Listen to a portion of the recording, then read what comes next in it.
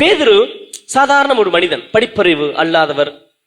மிக அவர் வாழ்ந்த அந்த சூழ்நிலையிலே தக்க சூழ்நிலைக்கு ஏற்றவாறு தன்னை மாற்றிக்கொண்டு நல்லபடியாக நன்மை செய்ய வேண்டும் என்ற எண்ணம் கொண்டவர். அதனால்தான் இயேசு பேதுருவை முழுமையாக புரிந்து கொண்டதன் விளைவாகத்தான் சொல்கிறார், நீ மும்முறை என்னை மறுதளிப்பாய். அப்பொழுது பேதுருவுக்கு புரியவில்லை, ஆனால் அது நடந்தது.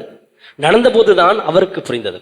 இரண்டாவதாக இந்த யூதாசை பற்றி நாம் கூற வேண்டும் என்றால், அன்புக்குரியவர்களே, நிறைய விஷயங்கள் கூறலாம், நிறைய விஷயங்கள்.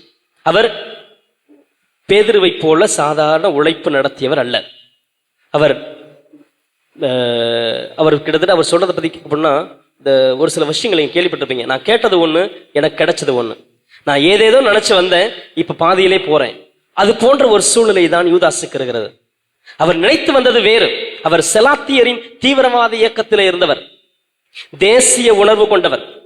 அவர் இயேசுவை பின்பற்றியதன் முக்கியமான நோக்கம் என்றால், இயேசு வல்லமை மிகுந்தவர், வல்ல செயல்களை செய்கிறவர். ஆனால் அந்த வல்லமையை வைத்துக் கொண்டு ரோமானிய அரசை நாம் கீழே தள்ள வேண்டும். அதுதான் அவருடைய எண்ணமாக இருந்தது.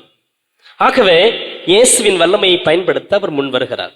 இன்னொரு புறம் அவர் ஒரு நல்ல நடிகன், ஒரு வெளிவேடக்காரன், சுயநலவாதி.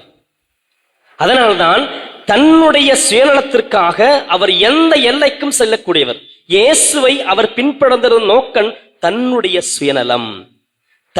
சுயநலம். அதற்காகத்தான் இயேசுவை பின்தொடர்கிறார். அதனால்தான் இயேசுவை பார்த்து சிறிது நாட்கள் கழித்த பிறகு இயேசுவை வைத்து அவரால் ஒன்றும் செய்ய முடியாது என்ற நிலைக்கு வந்தபோது அவர் காட்டிக் கொடுக்கிறார். பணம் மட்டுமல்ல, பணத்திற்காக காட்டிக் கொடுத்தது என்பது ஒரு வகையான காரணம்தான்.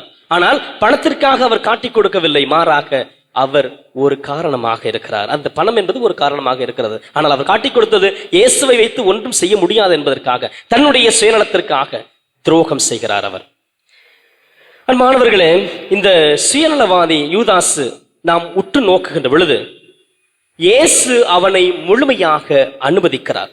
இயேசுவுக்கு தெரியும், ரெண்டு பேரையும் தெரியும். பேதுருவுக்கு எந்த அளவுக்கு தெரியுமோ அதே போல யூதாசை பற்றியும் இயேசுவுக்கு தெரியும். ஆனால் ஒவ்வொரு முறையும் யூதாசுக்கு இயேசு வாய்ப்பு கொடுக்கிறார். முக்கியமாக நாம் கவனிக்கக்கூடிய ஒன்று, வாய்ப்பு கொடுக்கிறார். ஏன், இறுதியிலே அந்த அப்பத்தை தோய்த்து கொடுக்கின்ற பொழுது கூட இயேசு அவருக்கு வாய்ப்பு கொடுக்கிறார். நீ செய்ய நினைப்பதை செய். அப்பொழுது கூட யோசிச்சிருக்கலாம், ஐயோ இயேசுக்கு தெரிஞ்சு போச்சு, பல நேரங்கள்ல நம்ம செய்யற பாவங்கள், நாம் செய்த துரோகங்கள் பிறருக்கு தெரிந்து விட்டது என்றால் பின்வாங்குவோம்.